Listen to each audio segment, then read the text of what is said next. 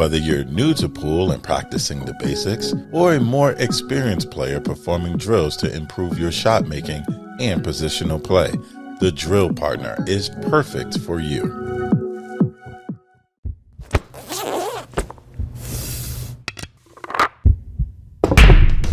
PremierBilliards.com. Exceptional cues, cases, and accessories from top-tier brands. Want it? Need it? Find it. PremierBilliards.com. Well, Pinozo, this ought to be a good one, pal. This is going to be a good show. I can feel it in my soul, my man. How are you? You must have something interesting to talk about that I don't know about. You know, there's been a lot going on over the last few days, Mike. And I wanted to jump on the show, I think early Saturday, but schedules just didn't line up. But we made it nevertheless. Yeah, we did. Well, I know you spent all Sunday watching O play. Oh, I did, and we're gonna hop into the Scottish Open here momentarily. Actually, I'm gonna try to get Oscar on a little later on this afternoon. I know he was traveling to the UK with Federer, and of course, made it to a finals, and so I can't wait to talk about that. And then also we got, thanks to see Kevin's Massey comment in the chat, we got WPA stuff to talk about, Mike, which I just, some things just make my day, Mike. Some things just light the fire. And the WPA being the WPA is one of them, but I digress. We will get to that. It's like sometimes there's just a slow news week, and you're like, geez, what am I going to talk about tomorrow? And the WPA is just the gift that just keeps on giving. And then at 11 p.m. on a Friday night, we just get the gifts, Mike. We just get the gifts. Yeah, so, before we jump into WPA, Mike, I want to talk Scottish Open because, as you mentioned, great event. Probably for me, Mike, the toughest field outside of a Matchroom major, and I don't want to go down that rabbit hole, but a Matchroom major in quite a while, Mike. And so it was a second time they've had this on. Of course, Oscar's run into the final, Mike. But give me your thoughts on the event. What were some of the takeaways for you personally, and how you feeling the day after? Yeah, it was a great event. Obviously, the field. I mean, just there was more energy there because everybody was there, right? Everybody who played and previous event, played there. Masters, they were all there. So, you knew it was going to be a killer event, and then you had people coming over for the UK Open, wanted to get some balls hit before the UK Open started. So, it made for a great event, and there were some great storylines in there. I mean, there were 4 American players, you include Federer, who the Scottish insisted on putting the Russian flag for, but so they know well. You had 4 in the top 16, which was great, quarter of the final 16 field. Oscar, let's start with that, Mike, right there. 4 out of 16. You mentioned the field. I mentioned it earlier to start the show. Pretty high class, but surprising seeing 4 Americans through the final 16. Yeah, anytime you got 4 Americans in the final 16, in an event out of the U.S., to me that's a pretty good showing. So no complaints there. I would have liked to have seen guys like Shane and Federer go a little further than they did, but you run against, you're going to run into some top people. That final 16 was a pretty sporty looking final 16 there. I saw Mike, yeah. So that's a roll of the dice at that point. But Oscar just, he was the story. He just kept grinding away. Like he finished second in Mexico, but there's no comparison between that field and this field. So good on him for playing the way he did. Won a couple of tight matches. Hill, beat Josh Hill. So it's pretty amazing. Beat Jason convincingly. Naoki Oi, I think, as well, up 8-4 in the final against Huang, which we'll get to Huang in just a moment, and the amazing event that he had as well. But yeah, no, it was. Look, I make no bones about it. Oscar's a really good friend of mine, and I was rooting hard. I had a busy day with the girls yesterday, and every part of it was with the phone in the hand. Right, I'm at the carnival, and I got my phone in the hand while they're riding rides. I'm at the waiting for him. I saw he was up. I was waiting for him to win, and I was waiting for your post saying it was Oscar's first major since the last time he won hard times. It was pretty great, Mike, to see him, and not just that, Yeah. but to get wins that, to be honest, I mean, I obviously I know Oscar has been on the uptick, but to see quality wins like Josh, which Yeah. when I posted the final 16, I'd seen some comments, some people rooting for Oscar, and then I'd seen some saying, Oscar's got no chance against Josh, but people don't know Oscar plays Josh really well over the last few years. He was Yeah. up on him at the International not too long ago. But Losing that's the break. thing. He's been up on him a couple times and lost heartbreakers. So, sooner or later, that starts to get in your head a little bit if you don't do something about it. And this weekend, he did something about it. Yeah, no, he put some respect on his game, Mike. More importantly, where you get solid wins. I mentioned Jason. Look, we all know the run that Jason's on right now and the gear that he's hitting. Although he had an earlier loss in the event, he made it through to the final. What was it, Mike? Final four, I think, of the event. The hometown guy that everybody was rooting for, and so to get solid wins like that for Oscar. And look, if you would have picked which Americans you were gonna see last the longest or go the furthest out of those four, between Tyler, Shane, Federer, and Oscar, you probably would have put Oscar at the end of that list, Mike. Right. Sure. And so to have him just show some heart and really just start hitting the better gear, breaking the balls really well. It was a lot of fun to see from a friend standpoint, from someone who just appreciates great pool. He very much he didn't quit. He didn't quit, and he found his stride at the perfect time during that event, Mike. Yeah. But the story for us is Oscar, but for Huang, that was, and you can't tell me, listen, I know that, that Matchroom doesn't, cheer for anyone in particular because it wants all the players to do well. But there isn't a way in the world that they weren't happy as a lark that Huang won that event because of the poll, just announcing Hanoi, the big following day of Hanoi, the fact that Huang didn't play last year. You were posting numbers of all the people who were watching whenever he played. So that's a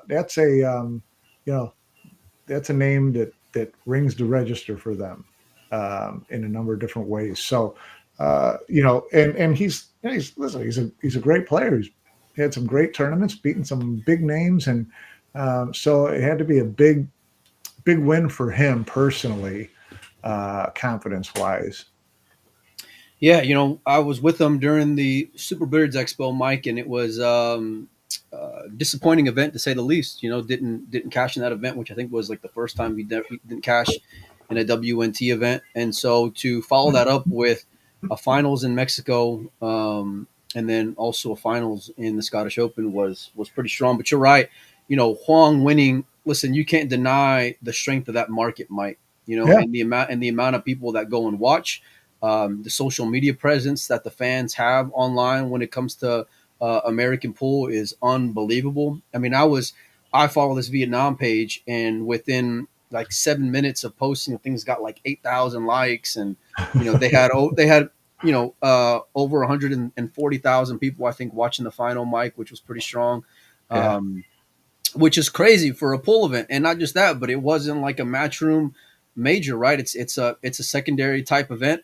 Like I said, I know the field was pretty stout, but to have that kind of swing on there was pretty great. I'm sure Matchroom is thrilled to death. I think it comes at a great time, especially given the announcement of the Reyes Cup, Mike, and seeing a guy like Huang win. I've been a fan of this dude's. I've been a fan of this dude's game for a while. I love his aggressive nature. He's very much fearless, and so it was a fun weekend to be had if you're a fan of pool. Yeah, it was great. A lot of good stuff.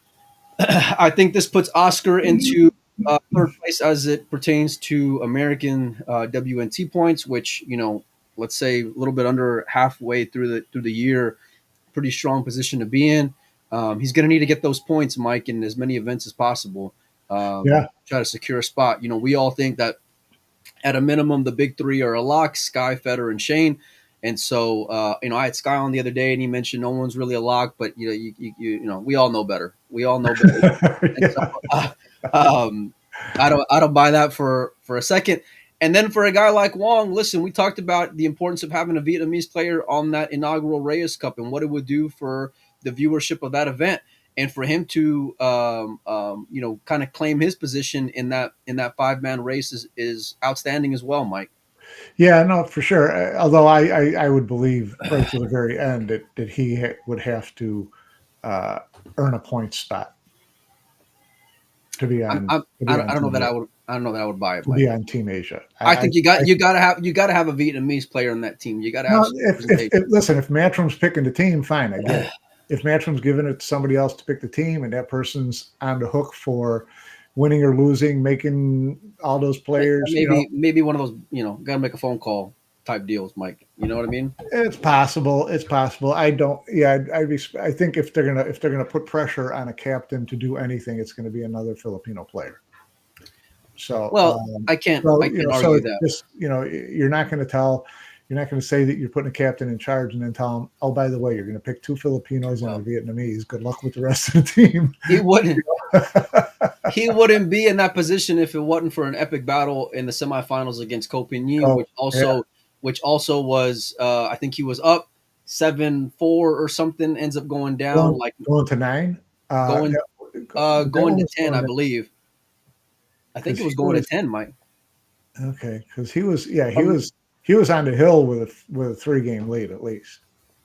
No, I think Ko got to the hill first, and then he came, and then Ko got to the hill first, and then Ko misses a tough 8-ball to close him out. Huang wins that one, breaks and runs the next one. Then it's Hill, and then it was like the 30-minute rack that just wouldn't go away. Yeah, I was leaving 9-7 that Ko was up. Yeah, 9-7. He misses that 8-ball straight, which it was a unbelievably tough 8-ball. Misses that one, and then it just the wheels came off. But in the best way. I love those like long rack type. Listen, that last rack, give Huang credit for staying in there. I mean, he at one point Cole had him on 2 fouls and he had ball in hand and tried to break up that 5-9 or 4-9-5 or whatever's orange. So it's he had to hang in there. It was a little dicey. He did, but he showed his form, and then coming off that exhausted match with Ko, meets Oscar in the final, which was a great final, down 8-4, jumps in a 2-9, and then Oscar never really got a look from there outside of a combo when it's, I think, either he's down a rack or tied at 8-8. So big shout out to Huang. I didn't realize this was his first Matchroom event that he's won, Mike. I kind of seen him for a while, and I know he's like in his mid-40s at least. It's a good question. I don't know. Is he over 40 for sure? I'd bet some money he's over 40. Yeah, I think so. I don't mean that disrespectfully. I just mean he's looking like he's been playing for a while. He's been through a couple battles. Yeah, for sure. But especially like you mentioned, coming off of the announcement of Hanoi, announcement of the Reyes Cup, it adds this whole new layer of scoreboard watching that I can't get enough of already. Mike. Yeah, it brings a whole different level into it. Brings a whole different group of people into the mix. All of a sudden you start looking at what the point of Huang is 36. 36. Yeah. Okay, I would have mid 40s. Nice guy. I know. Come on, Mike. Don't be throwing me under the bus. You're off the long Christmas card list, that's for sure. But all of a sudden you start looking. Okay, well, who's Yap is still on top. For Team Asia right now. If you're looking for automatic spots, so and Ko Pin-yi is second. This is after Scottish Open. So and Huang is third. Good spot to be in at a good time, Mike. Huang's number 3 right now for Team Asia. So these are pointless courtesy of our buddy Richard Walker, who that guy is Johnny on the spot, Mike. He had the points done before the last ball hadn't even hit the bottom of the pocket. Yeah. Huang was on the 6, and we get an updated unofficial points list courtesy of Walker. That guy is just on his game for sure. The email just pops up ready to roll. But yeah, no, this is what we we're hoping for, just given the announcement of the Reyes Cup, because now you're going to start seeing this influx of Asian players that are going to compete like outside of their region, like this event. Now a lot of I saw online, Marboys are in the UK, Filipinos are in the UK. You got to imagine there's going to be a strong Vietnamese contingent. The usual list of suspects when it comes to the Taiwanese player, the Ko brothers, amongst others, are going to be there. And let's be real, Mike. There's a lot of these guys who are maybe not so name players out of these regions that could easily make a run, and you'd be like, okay, well, here we go. Now it's really going to get it's going to get dicey. It's going to get thick. It's going to get thick, and especially as you start having these major payout events start to hit the calendar, Mike, which is what we've talked about the World Championship being a scale tipper for whoever makes a deep run. Well, what does this do, Mike, for like these guys who are not a part of the 128? Do you feel like let's say, how can I say this? Like, let's say you get one of these guys who enters in based off a qualifier, makes a deep run, but yet they're not a part of this 128 to be allowed to play in the World Championships. Mike, what are your thoughts? It's only going to be 128. Yeah, but like, let's listen. There's plenty of guys who are not a part of the Matchroom 9-ball 128. I mean, like Asian players in particular is who I'm talking about. But let's say that they make it in on like a UK Open or whatever type qualifier, European Open qualifier, but they weren't afforded that opportunity to go and play in like a World Championship. What's that going to do? Like, how much favor are you going to give these type of runs in these other secondary events? Oh, that's that would just remain to be seen. You just have to wait and see who's impressing you during the course of the year, and is it enough to take? You're talking about possibly taking a spot away from a top 128 player, and you're not even playing in the World Championship. You must be doing some pretty good stuff. Yeah, for sure. And that World Championship is what now, Michael? Look at that calendar you got on your wall. Is it how many weeks? 1, 2, 3, 4, just over 4 weeks. 4 weeks away. 4 weeks from today. Guys are going to be just in sixth gear, Mike. Scottish Open, UK Open. I don't know what's in between now and then, though, Mike. But I imagine Scottish Open, UK Open. Let me take a look at the calendar that I don't have. Nothing really. Yeah, it's 4 weeks away. Biggest payout in pool in how long? And how long, Mike? Since IPT. Yeah. So I know guys are just clamoring for it and are just super excited to go and play that event. UK Open is on us, Mike, and give me some of your give me an outside the let's say like top 10 list of guys you think is gonna snap off that event.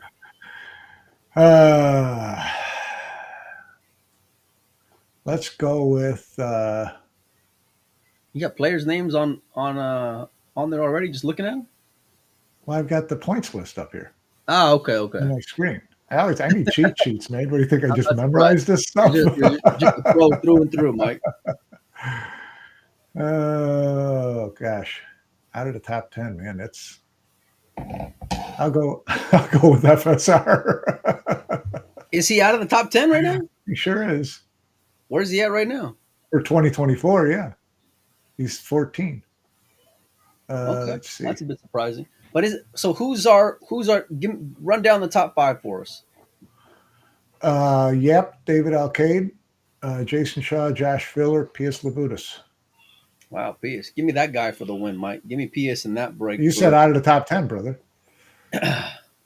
Well, that was my question to you, not my question for not. I can do whatever I want to do.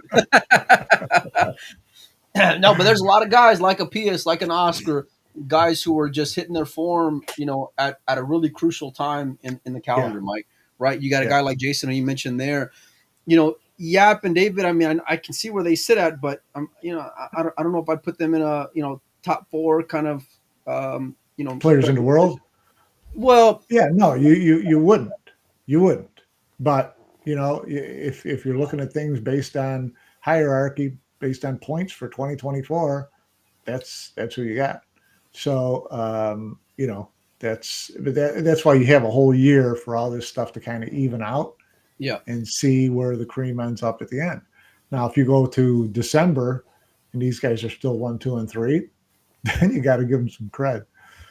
Well, I want to jump into October real quick, Mike. But before we do, I want to October. Yeah, October. But before we do, there was a better segue than that.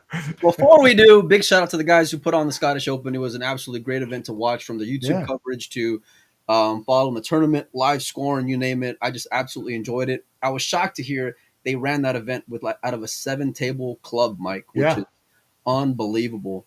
But they did it and did it really well. And from someone must have, because it didn't seem like there were people playing at 3:00 in the morning. So yeah, I know. That's what I mean, Mike. And just I had gotten a message about like the level of talent that was going to be there maybe about a month ago. But it really was just absolutely stacked from top to bottom. And it just makes me even more excited to see what the UK Open is going to be like, and more importantly, what the World Championship is going to look like. But let's talk October, Mike. Well, we all heard from Mr. October last week, didn't we? Who's that? Oh, SVB? Is that what you're talking about? No, Mr. October has got to be anybody from the WPA you want to name. Whether it's Ishan or Jorgen or someone like, or I don't know who the kingpin is at the ACBS. I don't know what he looks like or what his name is. But it just it was. Yeah, let's give some context here before we jump. So here's the context, right? So everybody knows about the potential ban that was WPA had voted for going into March 1st. Right. And then on February 28th, they decided that they were going to not ban players. In fact, they were going to treat the Premier League, World Pool Masters, UK Open, World Cup of Pool, European Open, US Open, and Mosconi Cup as sanctioned events, right? And so since then, there was the announcement that the Hanoi Open and the Reyes Cup were announced, and they were going to clash with the World 10 8-Ball Championship, which was going to be taking place in Venezuela. And so then the WPA sent out a release the end of last week to pool enthusiasts and athletes, saying we need to discuss a recent scheduling conflict within the pool community. And basically, this move by Matchroom undermines not only the prestige of the World Championship, but also the spirit of fair play and collaboration. And so basically they're calling out Matchroom for, quote, scheduling on top of the World Championship. Couple of points, Mike. Couple of points just to start off there. They had that, that announcement in February, trying to make their relationship with Matchroom, whatever, Facebook official. You know what I mean? We're doing great with Matchroom. We're going to start sanctioning all their events, right? We're going to hold off on this ban.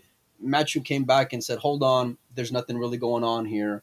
We have not made anything official. We saw it with Carl Boys. We saw it amongst other players saying there's nothing official between these two parties going on. And we really haven't heard anything since then. When we had Emily on the other day, we asked her, hey, is there any kind of update? She said, you're going to have to talk to them, which, of course, they're not going to come on the show anytime soon, unfortunately. But then they put out that press release, which, by the way, Mike, you mentioned all those events that they're sanctioning. That was not by the request of Matchroom, I'm hearing. So it was not. That's why Matchroom said, it was nice of them to say that, but we've got no agreement with that. That's just something that they decided to do on their own, right? Conspicuous by its absence from that list was the Hanoi Open. Which would have been known at that time, Mike. Right? It would have been known at that time a couple different ways. For one, back in December, the Hanoi Open dates were written on the program, the Mosconi Cup program for the 2024 dates, right? Indeed. Then we all know through various sources that Matchroom shared with the WPA its list of tournaments for the entire year back in January, maybe early February, whatever, when they were negotiating for trying to get some deals put together for sanctioning and agreement and kumbaya stuff. So, and here's one of the problems I have with this whole thing is the WPA puts out this letter last week, and they come with the whole "Who Shot John" routine, which is acting like, wow, Matchroom announced this Hanoi Open and Reyes Cup, and it caught us all completely off guard, and it's on top of events that we announced for the World 8-Ball Championship 2 weeks earlier. Well, you know what? You guys knew this in January at the latest. Okay, so why was it not discussed as a conflict between January and now? It just, this whole idea of, we had our dates down on the calendar first, and you put your dates on top part. All that stuff is just rhetoric. It's finger pointing. It's a couple of 12-year-olds saying different stuff to each other.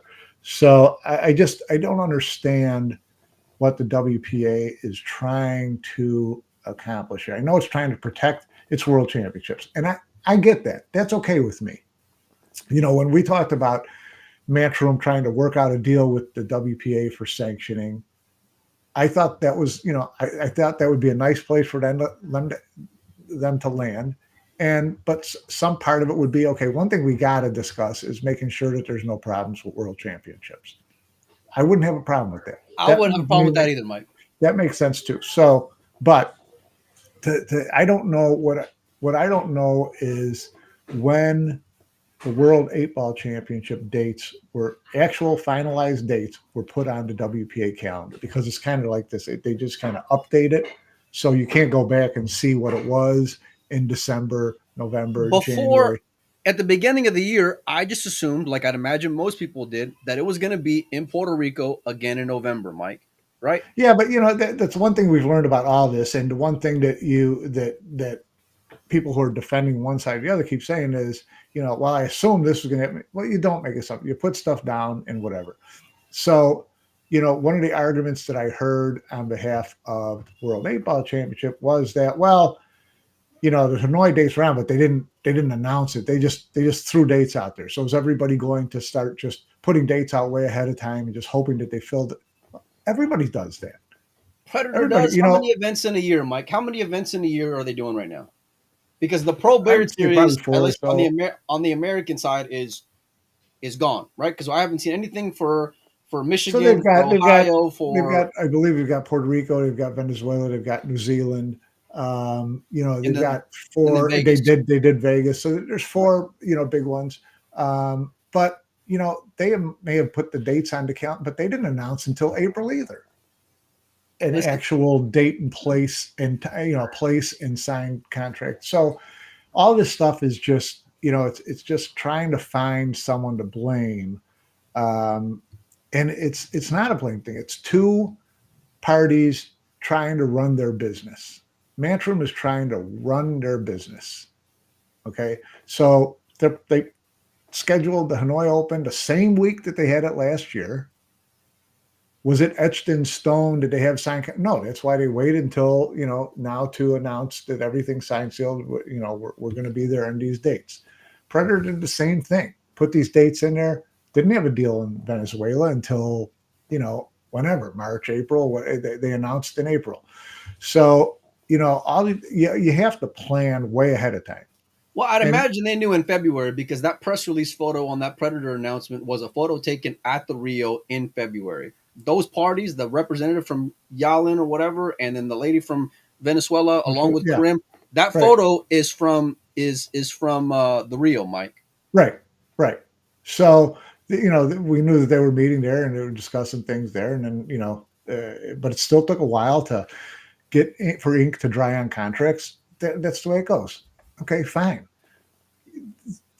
One of the truths is that with the schedule that Matchroom's trying to put together, they don't have time to go out of their way, I don't believe, between, sites and dates and venues and broadcast partnerships with Sky. And, you just can't say, well, we're just going to move our dates here. Sky put us on TV this date. No, they've got their own schedule too. You're not the only sport in town.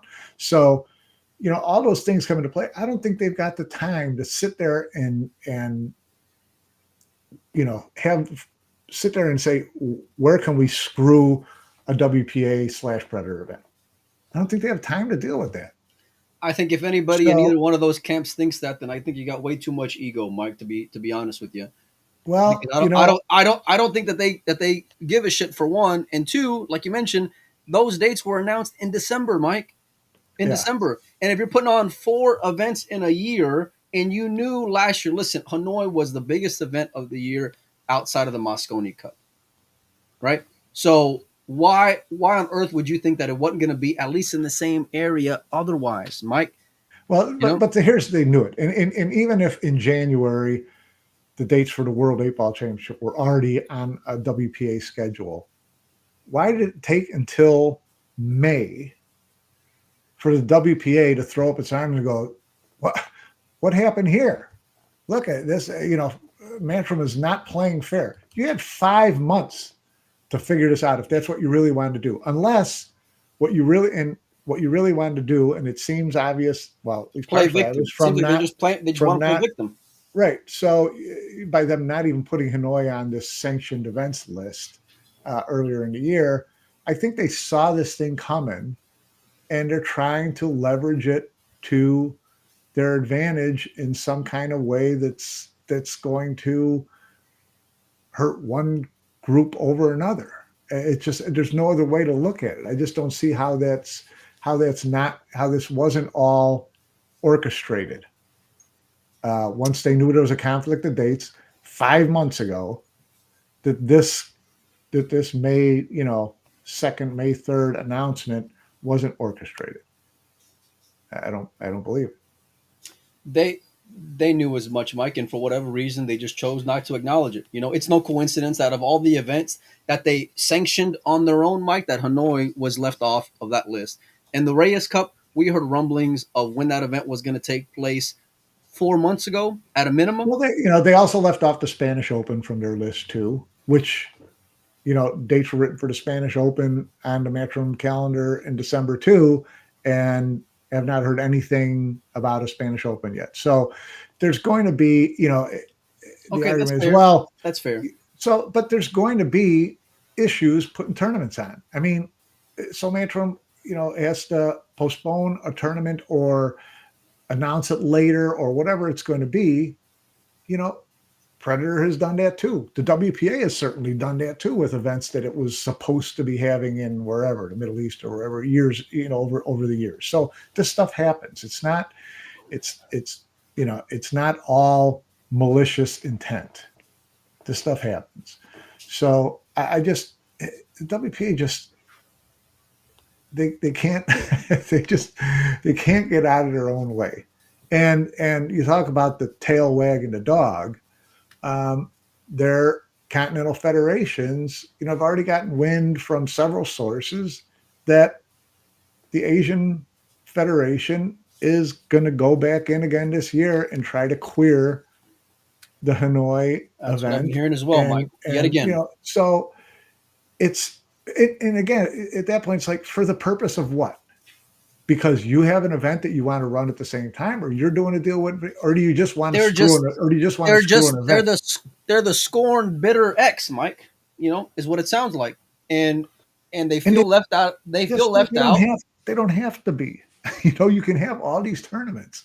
You can figure out a way to have all these. But if they're not a part of it, Mike, that's where they start to, act out, for lack of a better phrase. And they play this like holier than thou position when it comes to, for the sake of sportsmanship and for the players, and give me a fucking break with that, because we know better. And this PR move to say that the onus is on Matchroom for announcing after the fact, they knew well in advance, Mike. They knew well in advance that it was coming. And so they could have negotiated that long before when it comes to Predator and started moving those around. But I don't think they owe anything to either one of those parties, Matchroom towards the WPA and or Predator, to go and reschedule based off of an event that they put on. Guess what? Survival of the fittest, Mike. You know what? If you think your event is so prestigious like you claim it is, then just see how the dominoes fall, right? See where the players end up at come October. I think I got a pretty good idea of where they're going to be at. And the other side of it, and we've talked about this before too. So you put a gun to some guy's head, and they end up having to go to Venezuela. So, are you going to pat yourself on the back for the fact that you got a bunch of players in Venezuela who hate your guts, but who have to go there because they're being Which, by the way, I heard from a lot of of players who weren't thrilled about having to go to Venezuela in the first place, Mike. Yeah, I could see that. I mean, it's it's not most people's first vacation, site on their bucket list is let's go to Venezuela. But it is just another thing that doesn't need to happen, that the WPA is forcing to happen. And I sent, Ishan, WPA president, just some basic questions to ask, and got a response that basically said, I've been instructed not to respond to anything right now, which means there are lawyers involved. It's like, really? This is not, I don't know. It just, they're just trying their best to screw each other over. And then I don't think so, Mike. I don't think so. I think it's just one going about their business and the other one being reactionary because they feel left out. I can't. I don't see. You got 52 weeks in a year. You got 4 events that you're putting on when it comes to American pool, outside of like a China Open or Qatar or things like that, Mike. Right. So why couldn't you shift? If you knew months ago, why didn't you shift? I feel like maybe, and again, this is just me assuming, maybe they were catering to Predator and that event because of the prestige or for whatever reason. Who is catering to Predator? The WPA. Oh. The WPA. No. They're going to cater to whoever's going to sponsor their world championships. That's what I'm. That's or my who point. Owns their world championships. That's my point, though. And so, but I get that. But if you knew the date was already tentative with Matchroom, then you probably should have had a plan B in effect, Mike. Either that or don't play victim after the fact because you knew it was coming. Right. Right. Yeah. I mean, it's their response would probably be, why are we the ones that have to have a plan B? We announced first, whatever the case is, doesn't matter. It just, I don't know. It just, they're so frustrating because there's so many ways around a lot of this stuff that people are just too stubborn or egotistical or whatever to kind of hash out. So, to a certain extent, you're right. I mean, Matchroom's just going around their business. This is what they've been planning for 2 years. We're having this World 9-Ball Tour, and we're going to put all these events together and whatever, and really just kind of stay out of our way. Do whatever you want, whenever you want to do it, but just leave us alone. Yeah. And that's their problem, is that they can't leave things alone. They have to get involved and be, puff their chest out and hire lawyers and get federations to start sending letters to governments saying, you need to stop subsidies for these players because they're playing in unsanctioned events. And again, it's like, to what point are you enforcing this to the ACBS? What point? Because you're getting ready to run some big events and you want your players all there? Are you getting? No, I think they're just doing it because they can, swing their pieces and do it. Just, It very much can be a pissing contest, but it's at the expense of the players. Look, I want to see all the best players play in the World 8-Ball Championship. I do, But when it comes to this argument, dates and things being shifted around, look, one of them will stream to a YouTube channel and the other one will stream through broadcasters, Mike. And so I don't. To me, it seems a lot easier to shift one way than the other. But again, I don't know their logistics on there, and so again, I'm just talking out of my ass here. But these things can be avoided. The fact that they weren't, the responsibility falls on the WPA, plain and simple, because you announced in February that you guys were back in good graces when it comes to Matchroom, right? So you should have been the one to negotiate. And part of the reason why, one of the many reasons why that relationship failed was because of their inability to govern or to protect dates. And I went back and looked through one of our podcasts, Mike. Maybe when was the first European Open, Mike? A couple years ago now, maybe like 2 years ago. Yeah. So I was going back and looking through one of the podcasts that we did. We had Emily on the show. It was whenever the European Open was announced. That was in close proximity to the Canadian Open. And whenever I spoke with her then and dropped that question on her during that show, a couple of things. Number one, she mentioned, hey, listen, what would you do if you had one option of a date or it was going to clash with the World 8-Ball Championship? This is after she told me to fuck off, by the way, for everyone who thinks that I'm just a Matchroom apologist, because that was one of my favorite shows of all time. But she shifted then. But their relationship with WPA was completely different then than what it is now, you know? And the fact that there is no relationship, and I can tell you that now, given what's gone on over the last couple of months, especially with that press release on Friday, whatever hopes there were of reconciling is gone. So. Yeah. It's gone, right? Yeah. I don't see any way that they come to terms. And listen, Mike, not for nothing, but I don't think they really need them. I don't think Matchroom needs them to continue on with all their events they're putting on. They got all these events across the globe that are going on just fine. No, Matchroom doesn't need the WPA, and the WPA insists that it can, survive without Matchroom. But again, we always come back to the players, and we want as many big events for the players as they can play in. So now you've got Shane not being able to defend his 8-ball championship, or he can, or he doesn't go to Hanoi. It is his choice. So, those are the problems that. What does that tell you, though, Mike? A guy like Shane saying, at his age, I'd rather go play in Hanoi than to go and defend my World 8-Ball Championship. Yeah, well, he's a Matchroom guy. He said that all along. So, it's just this is what he's going to do. He's just going to follow the Matchroom events, and I'm sure if the World 8-Ball Championship was at another time, he would go play. And I don't know how many guys, if they were a week apart, how many guys are going from Hanoi and Manila to Venezuela, but a lot of guys would make a trip like that, and I would like. It's good money. It's a good tournament. It's good money. I'd like to see all the players playing it. So again, it comes down to how do we try to make this work so that players can play in every event that they can play. That should be the common goal, period. Not about who can say that they're in control of anything, that they run the sport, that they run whatever the case is. Well, who's announcing that from the highest mountains, Mike? I mean, between those two groups. Well, I mean, the WPA is trying to defend its existence. That's what it's been trying to do for 2 years now, and been doing a great job, by the way.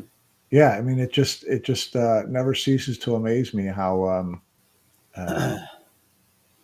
little they do relative to what their mission statement is, whatever. Like I said, for them to have known about this conflict in January and nothing gets said, talked about, discussed. I doubt very much whether they sent anything to Matchroom saying, this is going to be a problem. What can we do to work around it? And then just to wait until now to spring it out as like some holy cow, look what just happened. No, it didn't just happen. You guys have known this for 5 freaking months. So that's my biggest problem with WPA. That's when you govern. That's when you show some leadership. That's when you get things figured out. That's when you put a couple people in the same room to say, we don't have to be best friends, but can we avoid these two events being on top of each other? How can we make this happen? I don't think that conversation ever took place. If it took place and someone said, "Screw you, we're not moving anything," different story. But I don't think that happened. I don't know. WPA won't tell me because they're under gag order. Well, if they ain't responding to you, I know they ain't going to respond to me. But as I mentioned before, there's an open invitation for anyone from the WPA, as I'm sure they watch the show. Open invitation, anybody putting on the event out of Venezuela, and the same goes for anybody out of the Predator camp. So anytime, I will gladly accommodate my schedule. I'll drop most anything that I'm doing at that time just to come on and have a very public discussion with anybody within either of those camps. With that said, Mike, where does Predator fall within all this? Because we keep on talking WPA, but it's Predator's World 8-Ball Championship.